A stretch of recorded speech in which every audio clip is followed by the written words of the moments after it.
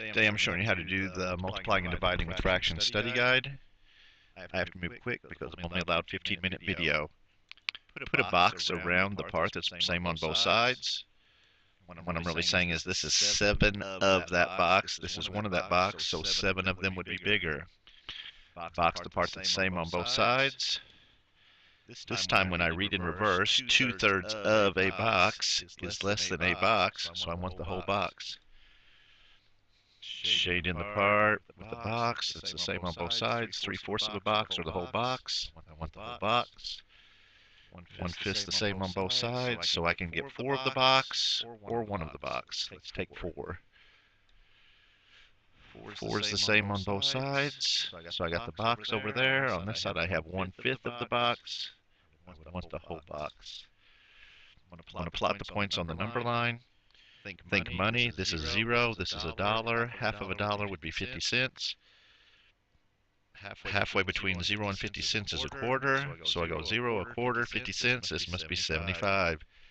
A is 44 cents, basically, would be there. B, 8 cents. Notice the 0 in front of it. It's going to be way back here. C is 77 cents, just a little bit past 3/4. D, 55 cents. And E, 22. This time I have the same number line, so we already know this is 50 cents, 25 cents, and 5 cents. So now I need to change the fractions so they have 100 for a denominator, and then whatever's on top is going to be my decimal part. So 25 times 4 equals 100. Take the 20 times 4 equals 80. This is 0.80. So V is coming down here. 3/5. I want to get it to be 100, so I'm taking it times 20. 3 times 20 equals 60, so I got 60 over 100, which is 0.60. So it's going to be about right there for W. Y, 4/10. Let's take it times 10 to get it to 100. 4 times 10 equals 40, so it's 0.40. Put me about right there for X. Y is 5/20. It needs to go times 5 to get to 100 for the denominator. Bottom times 5, so I got to take the top times 5.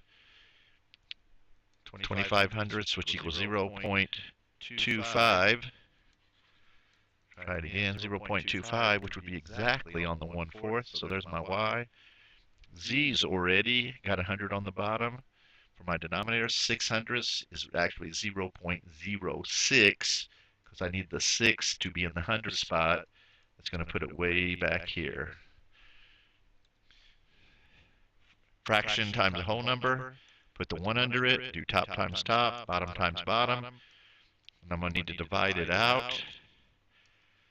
And when I do, I end up with 6 remainder 2. Don't forget we're bringing him over there to bring my denominator over. And then the problem basically wrote itself, 6 and 2/5. Remember, you need to rewrite it like this. Don't leave it as 6R 2/5. 5 over 1. 5 times 3 is 15. 1 times 4 is 4. Divide it out. Goes 3 times. When I subtract, I got a remainder 3. Bring the 4 over again. 3 and 3/4. Going to the next one. I already have 2 fractions, so I just do top times top and bottom times bottom, and it's as simple as I can be, 1/15. 18 times 1 over 1 times 6. 18 divided by 6, it goes 3 times. And there's no remainder, so my answer is just 3. Put the 1 there. Top times top, bottom times bottom. Need to divide. There are 3/4 in 13, which equals 12. I got a 1 for a remainder. Bring that 4 over. 3 and 1/4. Top times top, bottom times bottom. It's not an improper fraction this time because I'm really doing 4 divided by 30. The way to simplify it is divide them both by the same number since they're even. I can divide them both by 2. 4 divided by 2 is 2. 30 divided by 2 is 15. And that's as simple as I can go. Lowest terms. 2/3 times 12 over 1 equals 24 over 3. When I divide it out, it goes 8 times.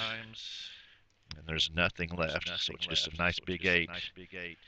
9 times a half, so it's 9 halves. And 9 halves means 9 divided by 2. It goes 4 times. 1 left over. Oh, of course, 9 halves means there would be 4 and a half. 9 divided by 2/3. Oh, we got the division sign in there. That's one of those keep change flips. So I'm going to change the sign, flip the 2/3 over to 3 halves. I got 27 on top and 2 on the bottom. Divide it out. 2 is going to go into 27. 13 times, with 1 left over, bring the 2 over. My answer is going to be 13 and a half. A couple more division ones. Remember, we're doing keep, change, flip. 7 is really 7 over 1. Change the sign. 1/4 goes to 4 over 1. And that's going to just end up as being 28. Really, with the problem at the beginning, we were saying how many 1/4 are there in 7? 1/4 divided by 5. Put my 1 under there. It's also a keep, change, flip. Multiply. Flip it. And I get 1/20. What's the area of the rectangle? Area means width times length. So I'm taking 2/5 times 3/4. 2 times 3 is 6. 5 times 4 is 20. I can simplify it by dividing them both by 2. So I would get 3 over 10. And my unit's going to be square miles. Dividing with fractions again, remember keep, change, flip. So I'm changing that to times. Flip the 10 over 1 to 1/10. And I end up with 4 over 50. If I divide them both by 2, I get 2 over 25. 3/8 divided by 2. Put my 1 under there. I'm dividing with fractions again, so it's a keep, change, flip. Flip the 2 over 1 to 1/2. 3 times 1 is 3. 8 times 2 equals 16. It takes 1/3 cup of nuts to make a batch of cookies. How many batches can you make from 3 cups? So you could look at it with pictures. Grandma's starting with 3 cups. Each of these is a cup of nuts. It takes 1/3 of a cup to make a batch of cookies. So that part right there equals 1 batch. And then if I just cut the others into thirds, you can see I have 1, 2, 3, 4, 5, 6, 7, 8, 9. It's going to be 9 batches. I could also work it out this way. How many 1/3 are there in 3? Which really means 3 divided by 1/3. Dividing with fractions, so it's going to be a keep, change, flip problem. Put my 1 on the bottom, change that to times, flip this over, and I get 9 over 1, which equals 9 batches. How many fifths in 4? How many fifths are in 4? Which is the same as saying 4 divided by 1/5. Dividing with fractions again, keep, change, flip them. Change the sign, flip the 1/5 to 5 over 1. 4 times 5 is 20. 1 times 1 is 1. It's just going to be 20. There are 20 fifths in 4.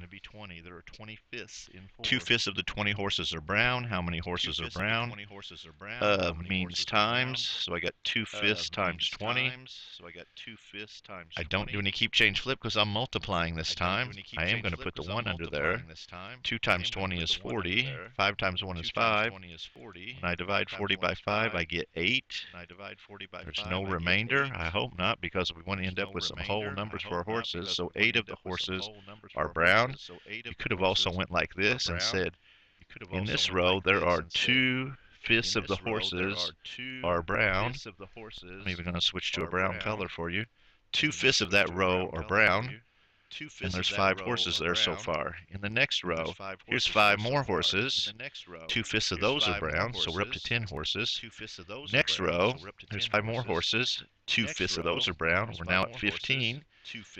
Next row, there's 2/5 of the horses are brown, and we're now up to a total of 20 horses. So how many of the horses are brown?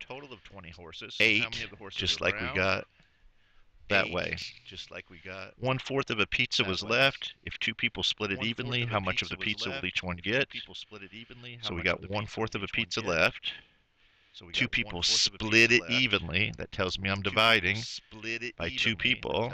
Oh, dividing with fractions. Keep, change, flip. Someone change to times. Flip the 2 to 1/2. 1 times 1 is 1. 4 times 2 is 8. They each get 1/8 of a pizza. A serving of rice is 1/2 of a pound. How many servings can you get from a 7-pound bag? So I could draw the 7-pound bags. 4, 5, 6, 7. And a serving is 1/2 of a pound.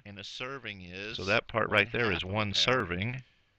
So if I cut them all into half parts, 1, 2, 3, 4, 5, 6, 7, 8, 9, 10, 11, 12, 13, 14, 14 servings.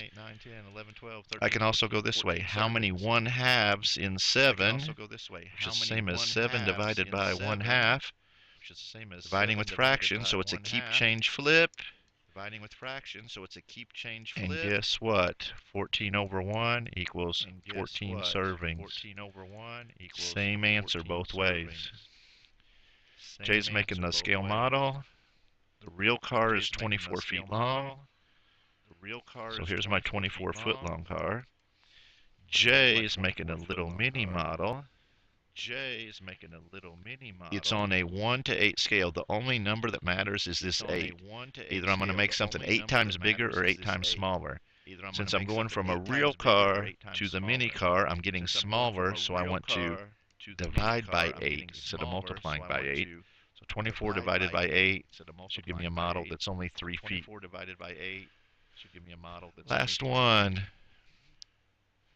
A real giraffe is 16 feet tall. Just doing a fast picture here. Does not have to be perfect. I know he kind of looks like a dinosaur.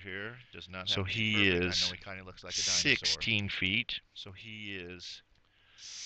On the building, Evan's painting a model of it. And usually on the model, things are getting smaller. Especially if the building is only a certain size. And on our scale, we're using a 1 to 4, which means the 4 is the important thing. It looks like this time it's getting 4 times smaller, so 16 divided by 4 means Evan's model is going to be 4 feet tall.